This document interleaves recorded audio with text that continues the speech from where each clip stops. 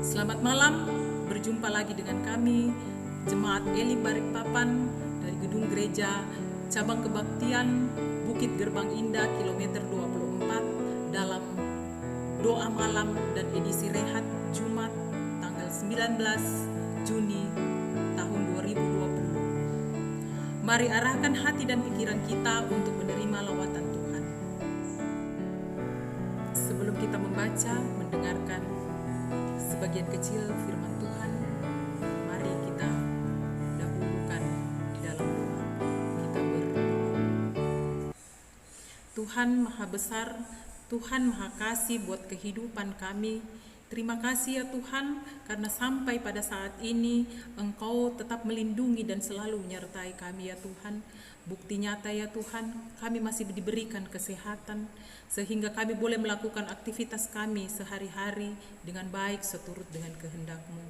Pada malam hari ini ya Tuhan, kami mau mendengarkan, membaca ya Tuhan sebagian kecil daripada firman-Mu. Buka hati dan pikiran kami ya Tuhan, sehingga kami boleh mengerti tentang arti daripada firman-Mu ini.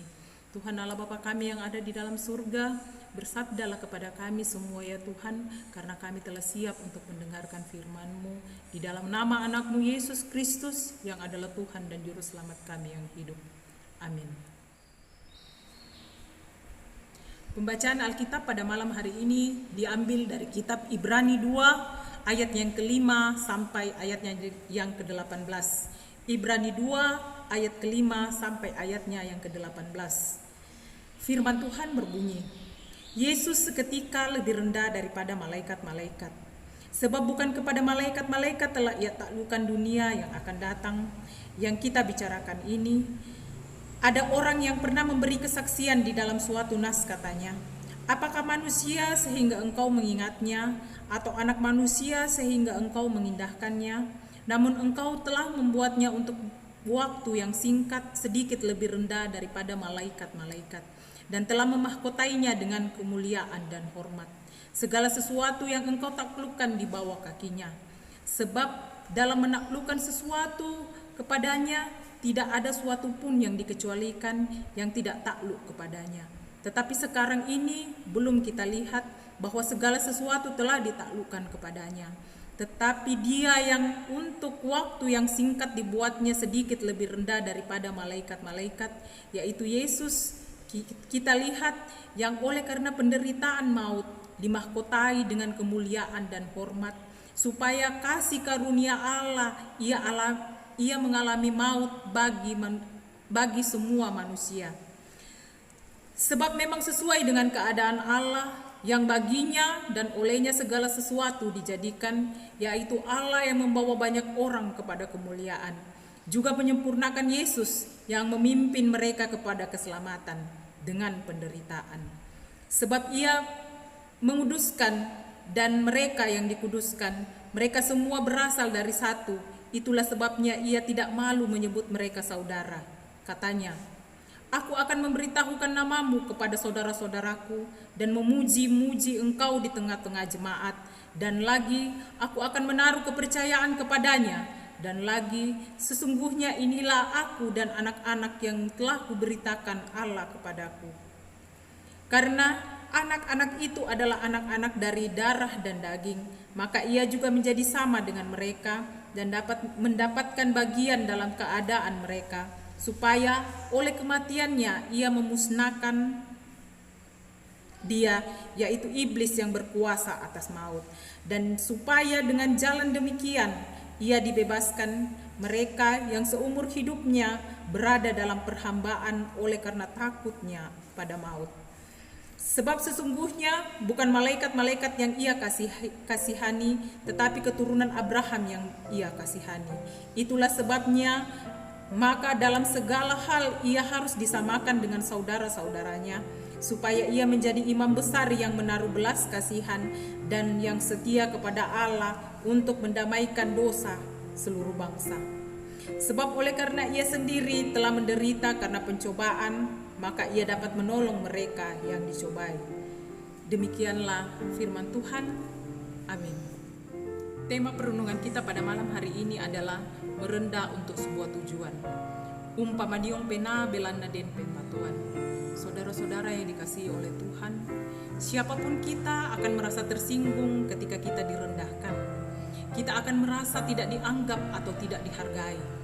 Hal ini kemudian membuat kita marah dan pasti memunculkan masalah. Ada juga beberapa orang yang merasa baik-baik saja jika diberlakukan demikian. Tapi bagaimana dengan Yesus?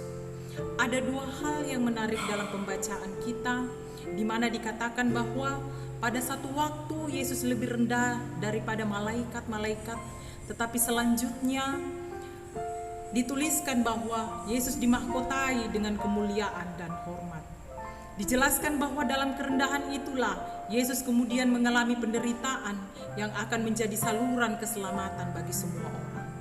Di dalam kerendahan itu pun akan nyata kuasa yang dapat menaklukkan segala sesuatu untuk mendatangkan kemuliaan bagi banyak orang. Ayat 16 pembacaan kita menekankan bahwa sebab oleh karena ia sendiri telah menderita karena percobaan, maka ia dapat menolong mereka yang dicobai. Pengalaman perjalanan Yesus menjadi bagian untuk menyatakan pertolongan, kasih, dan kesaksian bagi semua orang. Saudara yang dikasihi oleh Tuhan, Yesus menjadi teladan nomor 1 bagi kita dalam menjalani pelayanan dan hidup yang Tuhan sudah dan akan anugerahkan bagi kita. Di saat kita merasa direndahkan, saat itu juga kita harus sadar bahwa kita butuh kerendahan untuk mampu menyaksikan setiap kebaikan Tuhan dan kuasa-Nya dalam kehidupan kita. Kita selayaknya punya hati sebagai seorang hamba yang penuh dengan kerendahan, tapi mampu menjadi berkat dalam setiap perjalanan-perjalanan pelayanan dan kehidupan kita. Dari perjalanan itu pun, maka kita mampu menjadi saksi hidup bagaimana hebatnya Tuhan dalam kehidupan kita. Terpujilah Tuhan. Amin. Mari kita satu di dalam doa. Kembali lagi kami datang tunduk diri di hadapan-Mu ya Tuhan, seraya berdoa dan mengucap syukur kepada-Mu ya Tuhan. Engkau telah menyertai kami, membimbing kami ya Tuhan, meskipun waktu yang singkat ya Tuhan, yang Engkau telah memperdengarkan firman-Mu. Biarkanlah firman-Mu ini tertanam di hati dan pikiran kami dan menjadi dasar buat perjalanan kehidupan kami sehari-hari ya Tuhan. Jangan biarkan firman-Mu ini berlalu begitu saja, melainkan itu tanamkan di dalam hati dan pikiran kami ya Tuhan. Tuhan Allah Bapa kami yang ada di dalam surga, kami datang berdoa buat kami di jemaat di sini, kilometer 24 ya Tuhan, di dalam segala pergumulan kami, di dalam segala aktivitas kami, di dalam segala rencana kami ya Tuhan.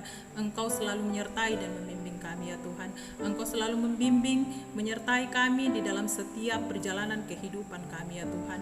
Di dalam usaha-usaha yang kami lakukan ya Tuhan, kiranya Engkau memberkati ya Tuhan, sehingga dari dalamnya ya Tuhan nama-Mu selalu dipuji dan dimuliakan. Berikanlah kami kesehatan ya Tuhan, sehingga kami selalu sehat dan kuat di dalam menjalani kehidupan yang masih Engkau berikan kepada kami ya Tuhan.